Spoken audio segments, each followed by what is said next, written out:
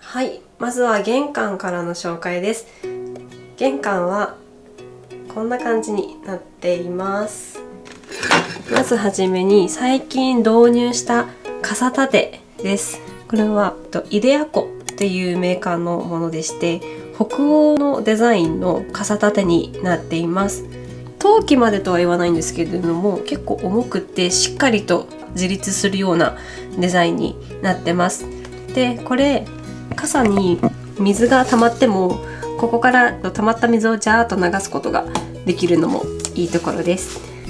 で、私は自転車通勤なので一応自転車の空気入れも置いてます。で、あとこれですね。この台が確か、キッチンという雑貨屋さんで買いました。はい。で、これが靴の消臭スプレーで、これが無印の本当は寝る前のピローミストみたいな感じなんですけれども、玄関の空気をリフレッシュさせるためのミストとしても使っています。結構爽やかな香りなので、帰ってきてちょっと空気悪いなと思ったらシュッと吹きかけることも多いです。で、あとは消臭剤と陶器のフクロウちゃんがお気に入りです。この鏡は以前親友からプレゼントでもらったもので、すごい大事に使っている鏡です。私の好きな素材をよく分かっているなっていう感じがして、すごい嬉しいですね。玄関マットは松尾美由紀さんという作家さんのデザインのものになります。私のマンションはすごい便利なことに、こんな感じで棚がついているので、靴を出しっぱなしにする習慣をなくすことができるのもありがたいなと思いました。玄関の収納は結構大事なポイントですね。で、玄関を閉めたこの扉にはこんな感じでモビールをつけています。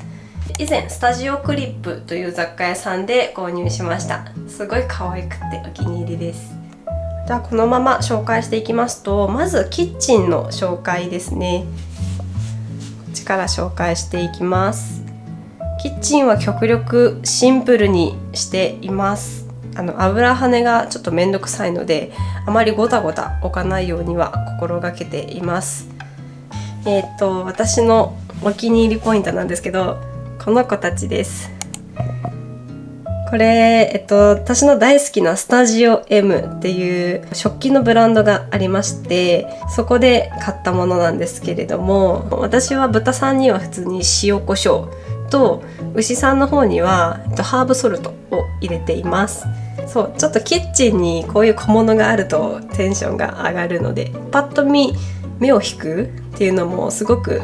気分が上がるので、この子たちはすごく買ってよかったなって思いました。で、あと一人暮らしを始めて買ってよかったものの一つとして、こちらです。これは3COINSで買った油の霧吹きですね。これすごい便利で、細かいミスト状になるのももちろんなんですけれども、ちょっと今蓋の部分壊れちゃってるんですけど、こうやって上を開けて、普通に油を普通に注ぐこともできるので、油の節約にもなるし、調整も効くので、すごく重宝しています。これがあるおかげで油の使いすぎを防ぐことができますし、何よりも健康にすごくいいですよね。なのでこういう道具便利なので、ぜひこれ気になる方は 3COINS で調べてみてください。とってもおすすめです。ちょっと全部を紹介したらキリがないんですけれども、キッチンの前はこんな感じになっています。この調味料が載っている台は、以前勤めていた雑貨屋さんで購入したもので、ちょっとメーカーがわからないです。あとは、すぐ取り出したい分などはこんな感じに入れています。あとこの猫ちゃんは食器用拭く用のタオルになっています。で、このラタンバスケットには布巾などを収納しています。で、水回りはこんな感じですね。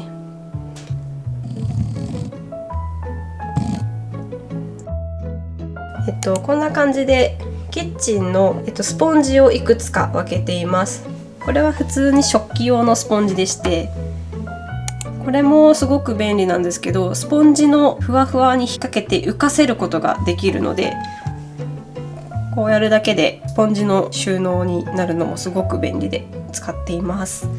で、私のキッチン結構下の収納が結構入るタイプで、これも一人暮らしをする上で選んだ基準の一つでした。ちょっと雑なんですけれども、一応ちょっとちらっと見せますね。はい、こんな感じです。ちょっと雑で申し訳ないんですけれども、一応この収納棚はニトリで購入したものです。で、私本当に食器が大好きなんですよ。で、これ以上増やさないようには気をつけているんですけれども、いずれちょっとお家が大きくなったりだとかのタイミングで食器棚が欲しいなと思っています。とっても可愛い食器が多いので、なんか見せる収納みたいなのもできたらいいなって思っています。これも紹介したい。これは先月12月に関西の方で大きな飲みの市に行った時に見つけたスタジオ M のカップ&ソーサーで、これすっごいお気に入りなんです。ちょっとレトロチックなデザインがたまらなく可愛くって、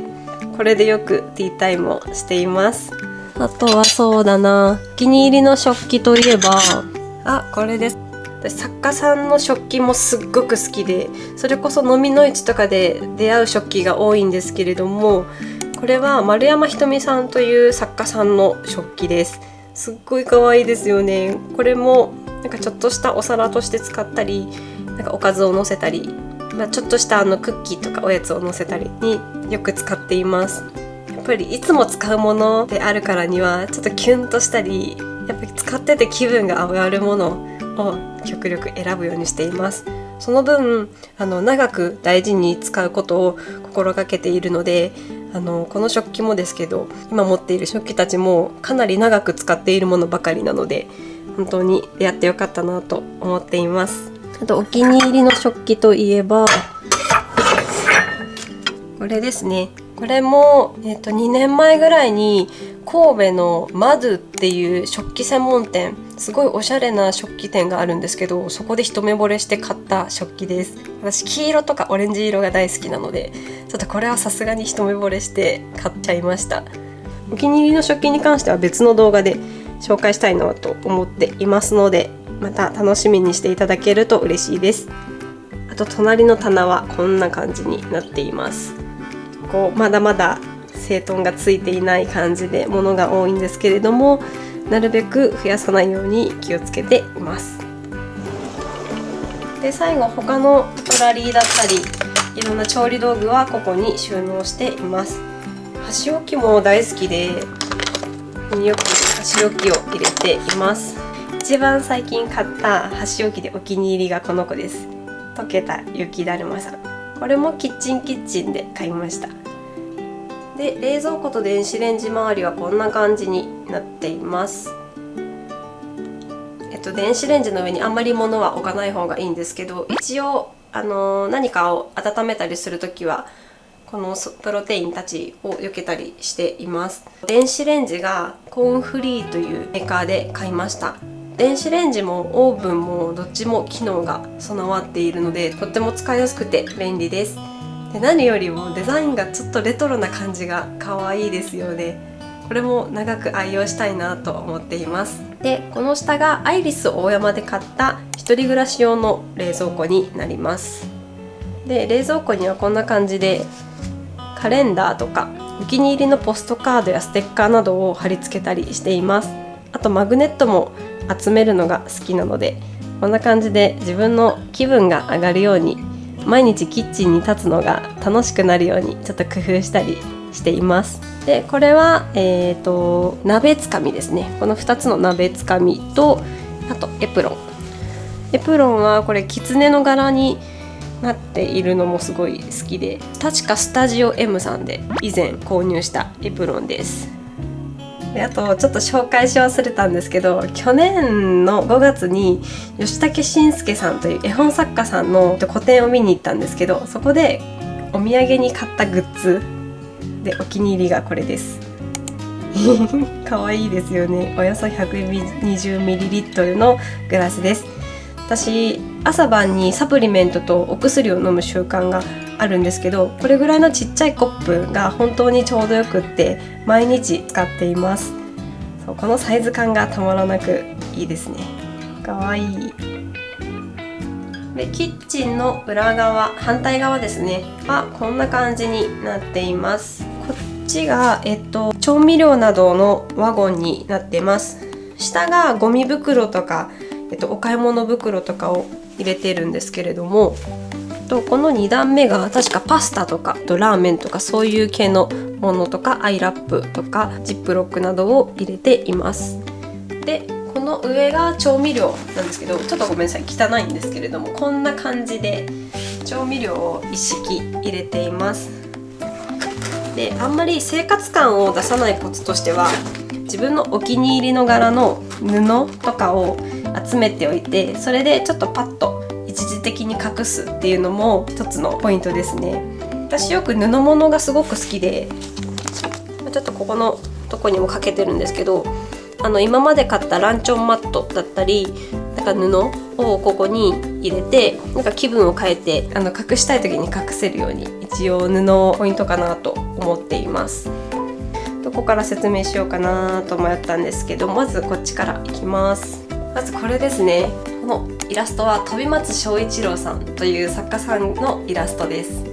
そう、私飛松さんが大好きなんですよ。なので飛松さんのイラストを2種類をこうやって飾ったりしています。で賃貸なんですけれども、一応壁が傷つかないように壁に穴を目立たせないようなピンが売っていたので、ちょっとこれもまた概要欄に貼っておきますので、ぜひ皆様チェックしてみてください。そう、このコーヒー関連の絵がすごく素敵で、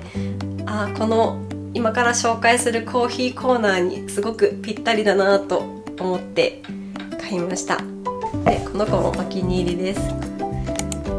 この子もスタジオ M で買った子ですね。はい、じゃあ次こちらの棚を紹介します。こちらの棚は主にコーヒー棚ですね。ちょっと全部は紹介しきれないんですけれども、ちょっと去年買ってすごく良かったものもいくつかあるので、ちょっと紹介していきますね。まず、去年買って良かったものとして、買って良かったというかちょっといただいたものなんですけれども、こちらのネスプレッソコーヒーメーカーです。カプセル状のコーヒーをこんな感じでポンと入れてガチャンとして、ここにお水をタンクで溜めて、マグカップをセットしてこう押すと気軽に美味しいコーヒーが作れるというマシンです。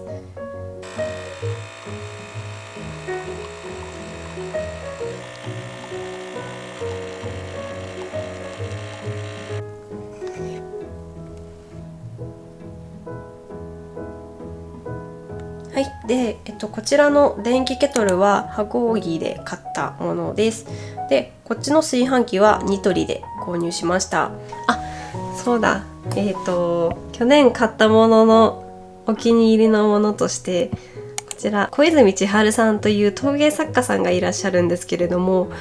去年京都に行った時に、文房具専門店の2階でたまたま個展をやられていたのがきっかけで、もうなんか命が宿っているかのような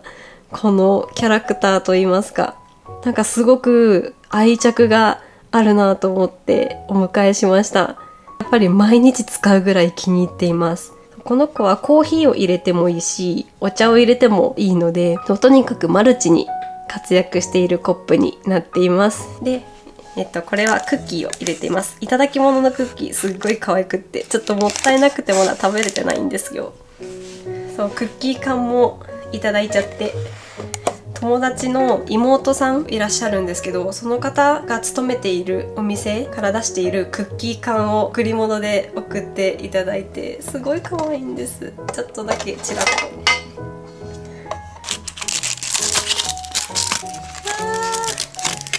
と。もうこれ本当に可愛すぎてちょっとまだ食べられない。昨日いただいたんですよ。実は。もう可愛すぎてもうちょっと眺めてから食べようっていう感じですね。本当にありがとうございます。で、下の段ですね。こんな感じになっています。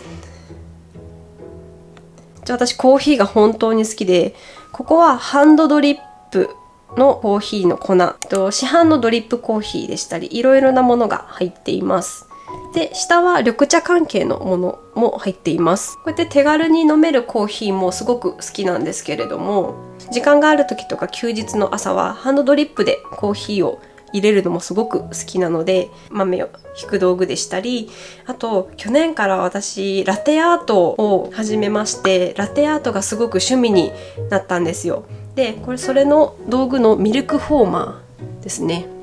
これハリオのミルクフォーマーで結構滑らかなミルクが作れます。で、ラテアートをするときはこのネスカフェのインスタントコーヒーを使うことが多いです。これは何年か前のお誕生日に自分で買ったトフィーのコーヒーメーカーになります。これで、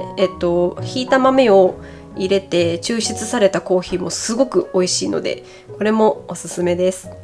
あとこれですね。もう何台コーヒーメーカーあんねんって思うかもしれないんですけれども、これも実は、いただいたものになります。ネスカフェのドルチェグストというメーカーになりまして、これもまたこっちとは違うものになります。カプセルが結構これよりもだいぶ大きめになります。また味の感じとかが全く違うので、その違いを楽しみながらコーヒーを楽しんでおります。で、ちょっとここ雑なんですけれども、米びつとお弁当の道具、水筒でしたり割り箸、あと私のコップマニアのちょっと汚い、ごめんなさい、マグカップが好きすぎてちょっと集めたんですけど、収集がつかなくなっている状態ですねどれもお気に入りすぎるので、ちょっとこれも別の動画で紹介できたらいいなと思っています。で、このコーヒー棚の下には別でラタンボックスを置いています。以前使ってたコーヒーカプセル飲み切っちゃったので、新しいものを実は用意してるんですけれども、これの置くところ迷ってまして、私今狙ってるのがガチャガチャのやつですね。このカプセルコーヒーがランダムに出てくるガチャガチャの入れ物があるんですよ。それで毎日どんなコーヒー飲めるかなって言ってガチャガチャしたら絶対楽しいだろうなと思って、一応購入を検討中です。はい、また購入したら紹介しますね。で、ラタンボックスの中はこんな感じで、収納してまして、まずお米とお水とかですね。これは、オートミールだったり、あとティッシュとかウェットティッシュの予備をここに収納したりしています。で、隣が、パンを作るパンメーカーです。で、これが最近めちゃめちゃいただいたスタバ缶たちですね。これも日々炊き込みご飯とかにして消化してるんですけど、すごく美味しいです。で、最近お父さんからもらったこのチョコレート、お正月に実家に行った時に父がすごくおすすめしてくれて、よかったら持って帰りなって言ってもらったチョコレートです。あとこの中に入っているんですけど、私北欧暮らしの道具店の YouTube から、配信されている独り言エプロンっていうドラマがすごく大好きで、お料理ドラマなんですけど、それのグッズが出た時に購入したものです。この布の柄も独り言エプロンの柄なんですけれども、この柄がすごく好きっていうのと、そのお料理ドラマが大好きなんですよ。DVD も持ってるぐらい大好きです。で、この中には、ちょっとしたおやつを入れたりしています。では次はこちらリビングを紹介したいなと思っています。まずこれがかなり前に楽天で買ったラダーラックになります。これにはカバンを引っ掛けたり、あとドライフラワーを引っ掛けたりして、ちょっとお気に入りの空間にしています。で、下にはすぐお掃除できるようにクイックルワイパーのシートとかお部屋の消臭スプレーなどをかけたりしています。で、下はコロコロとかのお掃除道具ですね。こんにちは。この子たちもスタジオクリップで買ったハリネズミさんになります。このドア型のものは、これは全身鏡になります。これは以前兄からプレゼントでいただいたもので、すっごくもう大切に使っている全身鏡です。この全身鏡を見ながらコーディネートを組むのが本当に気分が上がります。は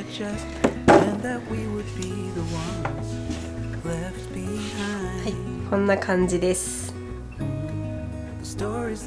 この前でコーディネートを組むのがすごく好きな時間になっています。ちなみにこれは自分で作ったものです。全身鏡の隣はこんな感じの棚を置いています。棚は以前確かサリュというところで購入したものです。上が観葉植物たちを置いています。で、私結構ズボラなんですよ。実はっていうか結構伝わってると思うんですけど、かなりズボラな性格なので、こういうハイドロカルチャーっていう土が石になっているもので育てると、週に1回のお水やりで済むのがすごくいいので、観葉植物置きたいけど育てられる自信がないなとか、結構自分ズボラだなって思う方は、ぜひハイドロカルチャーで調べてみてください。結構いろんな植物も売っていますし、こんな感じでちっちゃく収まるところもすごく気に入っています。で、この子もさっきご紹介した小泉千春さんという方の作品です。これはなんか一輪挿しになっていて、今ドライフラワーを挿しているんですけれども、この子もなんか植物たちを見守ってくれている感じがして、すごくお気に入りです。で、下の段はと言いますと、こんな感じでお気に入りの絵本と、あといろんな小物たちを置いたりしています。奥にあるのがチェキフィルムですね。私フィルムカメラがすごく好きなので、ふとした時の日常でしたり、友達と遊んだ時の思い出をチェキに撮ることが結構多いので、このチェキフィルムすごく大切に使っています。この子たちは以前クリスマスマーケットでオーナメントとして売ってたんですけれども、ちょっと紐の部分を切ってこうやって小物として飾ったりしています。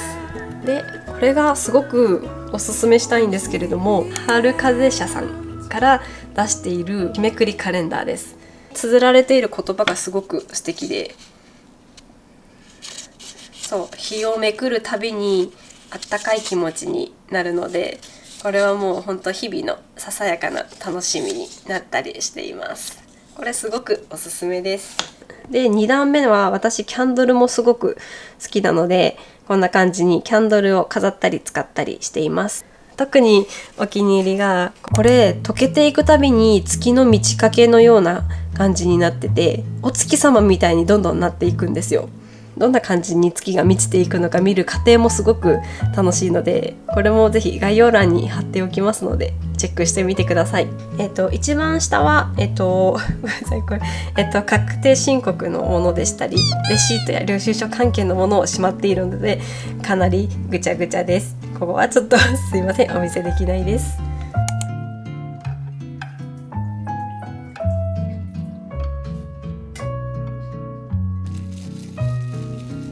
ここまで動画をご覧いただきありがとうございます。最初に詳細を説明するのを忘れてしまったのですが、私は7畳ワンルームのお部屋に一人で住んでいます。去年の2月から初めての一人暮らしをスタートさせたのですが、心地よく暮らすためにここだけはという物件選びのポイントを皆様にご紹介できたらなと思います。私が毎日心地よくご機嫌に暮らすために物件探しで気をつけたこと3選紹介します。まず、アパート周辺のゴミ収集の仕方。これは治安の良さや住民の民度を確認することができます。次に、コンビニ、スーパー、病院が歩いて5分から10分以内。何かあった時にすぐに駆けつけることができるようにチェックしました。そして最後に、南向きオートロック風呂トイレ別を選びました。これは私なりに心地よく快適に過ごすために、ここだけは絶対といった条件でした。物件探しの条件の中でいくつか妥協したこともお話しします。まず、プロパンガス。これは家賃を値下げしてもらった代わりにプロパンガスの価格を妥協しました。そして軽量鉄骨、これは音を静かにするために軽量鉄骨が良かったんですけど、木造建築に妥協しました。で最後に、完璧な物件は正直ないです。なのでこちらの3つを特に気をつけてもらえたらなと思います。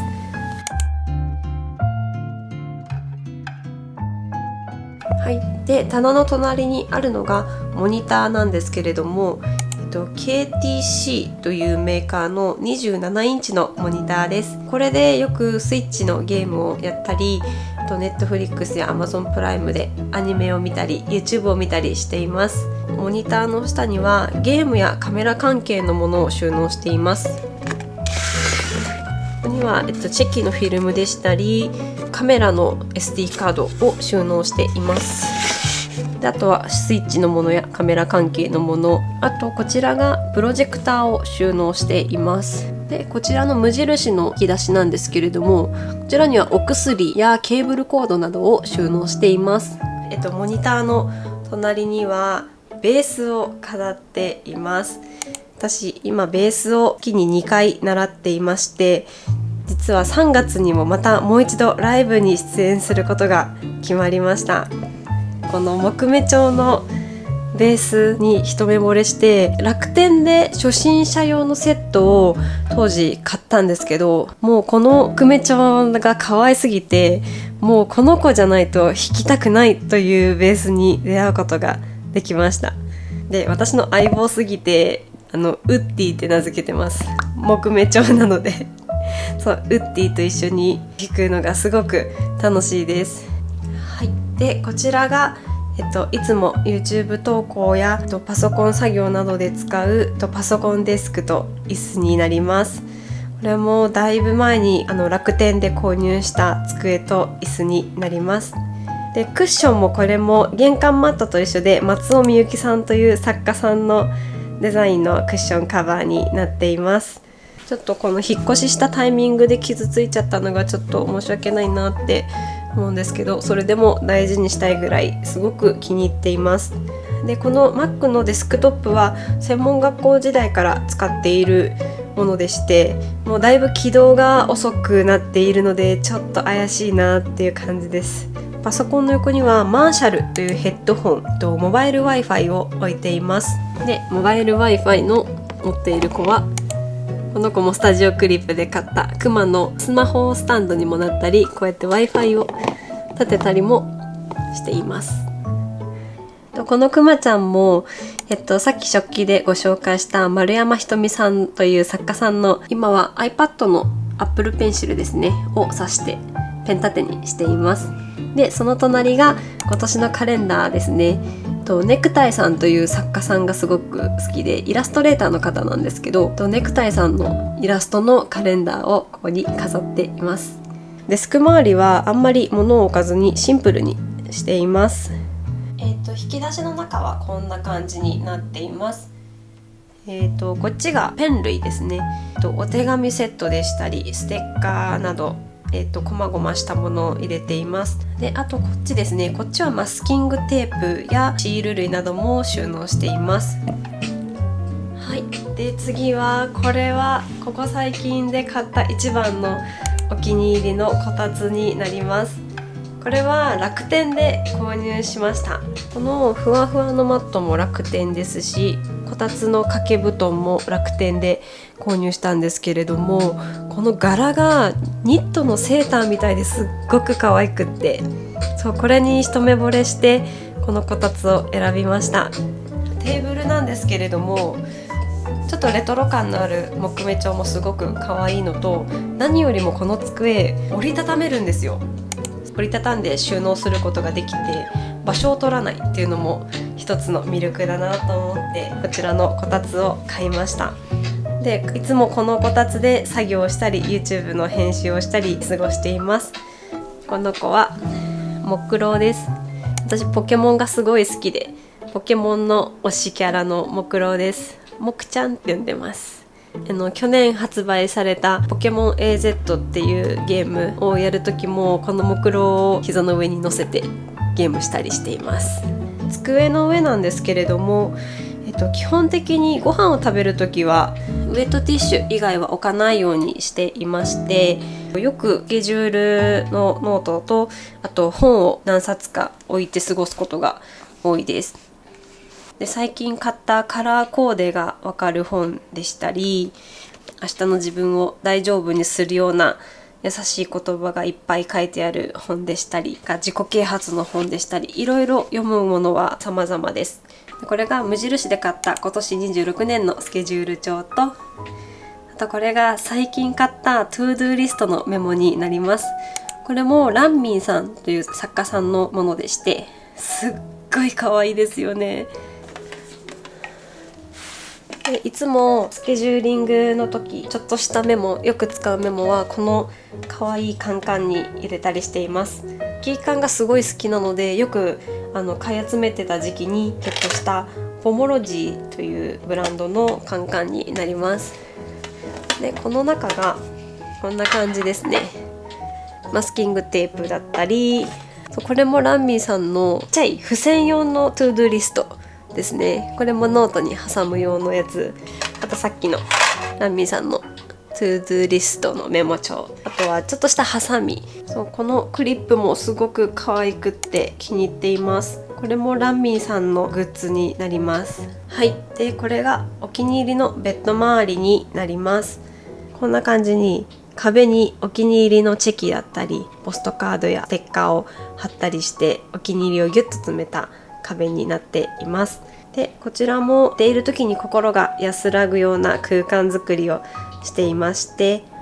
ランプは確か IKEA で、時計が雑貨屋さんで買ったんですけど、ちょっと名前忘れてしまいました。すいません。この木、ダミーの木なんですけど、これも楽天で買いました。去年買ったお気に入りなんですけれども、この子も楽天で買った羊さんになります。もともとアクセサリートレイなんですけれども、今はアロマストーンを置いています。で、この机の下には、私はもともと鼻炎持ちなのでティッシュは本当必須になります。で、この中のバスケットの中にはこんな感じで安眠グッズが入っています。で、ベッドはこんな感じになっています。ベッドは確か Amazon で購入した一人暮らし用の一人用のベッドになります。ベッドマットやお布団などは全部しまむらで購入しました。このクッションもすごくお気に入りで、なんか新しい柄に変えたいなと思いつつ、なかなか変えられずにいます。この子が私の日々の相棒のごますけです。この子はよくご質問いただくんですけれども、実は UFO キャッチャーで出会った子です。で、この子と目が合った瞬間に、絶対連れて帰ろうって思って頑張って撮った子になります。で、ベッドの反対側にはベースケースを置いています。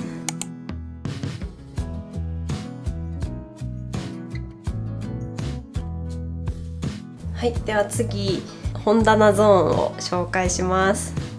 こんな感じになっています。まず壁際にはドライフラワーを飾ったりしています。で、その反対にはこんな感じで鏡でしたり、こういったアクセサリーですね。イヤリングとかリングとか、あとブレスレットなどをちょっとおしゃれに置いたりしています。ライトは IKEA のもので、これが今年のお正月に初詣に行ったんですけど、地元のそこで見つけた癖の強い招き猫を見つけたんですけど、あまりにも屈強すぎて、これ強制的に運を引き寄せに来てるなと思って思わず買っちゃいました。なんかこの子見るとちょっと元気もらえるなと思って購入しました。そして本棚はこんな感じになります。かなり本増えてしまったんですけれども、ちょっと紹介します。この子は思い出のぬいぐるみと、この子はゲーセンで撮ったマルコロっていうキャラクターです。この子すごいお気に入りで、旅のお供によく連れて行っています。でこっちがお祈り隊って呼んでるんですけれども、この左2つが京都のガチャガチャでゲットしたお地蔵さんです。もう片方は、普通のガチャガチャでゲットしたお地蔵さんになります。私の本棚は圧倒的にエッセイ本が多いです。一時期メンタルをやられてしまってうつ病になってしまった経験があるんですけれども、そこからめちゃめちゃ本を読むようになって自分を見つめ直したりだとか、自分以外の誰かの言葉に救われたりだとか、すごく言葉を大事にするようになりました。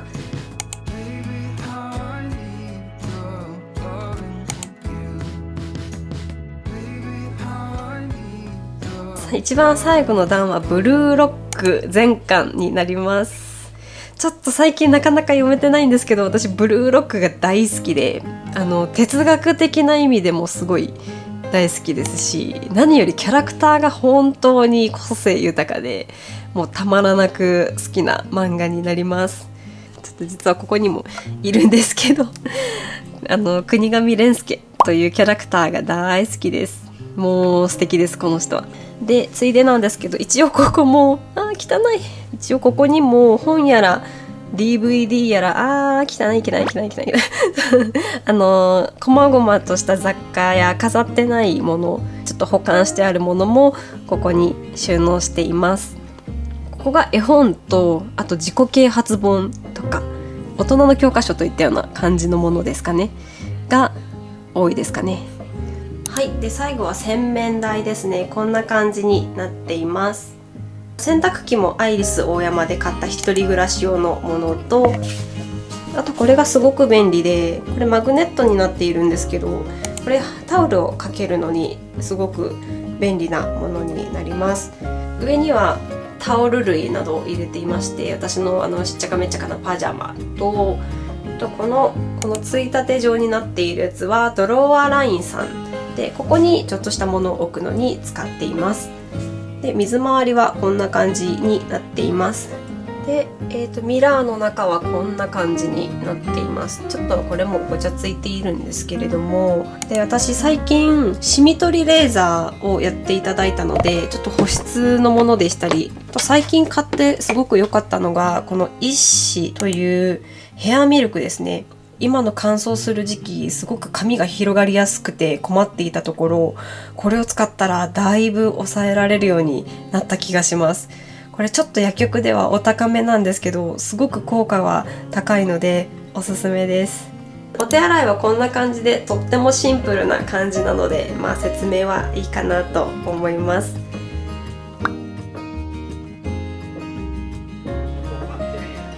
はい、そして夜になったらこんな感じの空間になります。我が家は基本夜の時間は間接照明のみで過ごしています。そうすると結構心も体もほっとできる空間になってすごく落ち着きます。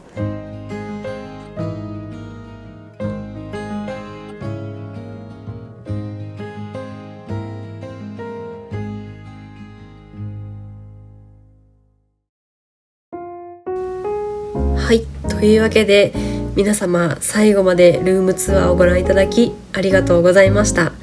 なんと今回の動画は私の動画史上最長の40分超えになってしまいました。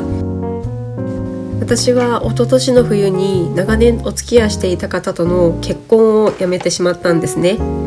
でその翌年の2月から初めての一人暮らしをスタートさせました。初めての一人暮らしは自分が想像する以上に寂しくって孤独感がとにかくすごくてですね、本当に今はもうないんですけれども、あの頃一人暮らしをしたての頃はほぼ毎日泣いて過ごしたりしていました。そんな孤独感と向き合いながら毎日泣いていた私が今はもう大丈夫な自分になれたのはこのお部屋のおかげだと思っています。やっぱり自分が好きなものやお気に入りのものに囲まれて過ごすことで心が保てたり自分らしさを取り戻すことができています。ここれから一人暮らしをされる方や新生活をされる方もいらっしゃると思うんですけれども、最初はいろんなことが不安だったり寂しかったりすると思うんですけれども、大丈夫です。絶対に楽しく穏やかな毎日を過ごせるようになるので安心してください。そのためにも、素敵な物件を見つけることと、あとはお気に入りのものや好きなものに囲まれた家具や雑貨たちでお部屋作りをすることをぜひ楽しんでみてください。最後まで動画をご覧いただき本当にありがとうございました。それでは次回の動画でお会いしましょう。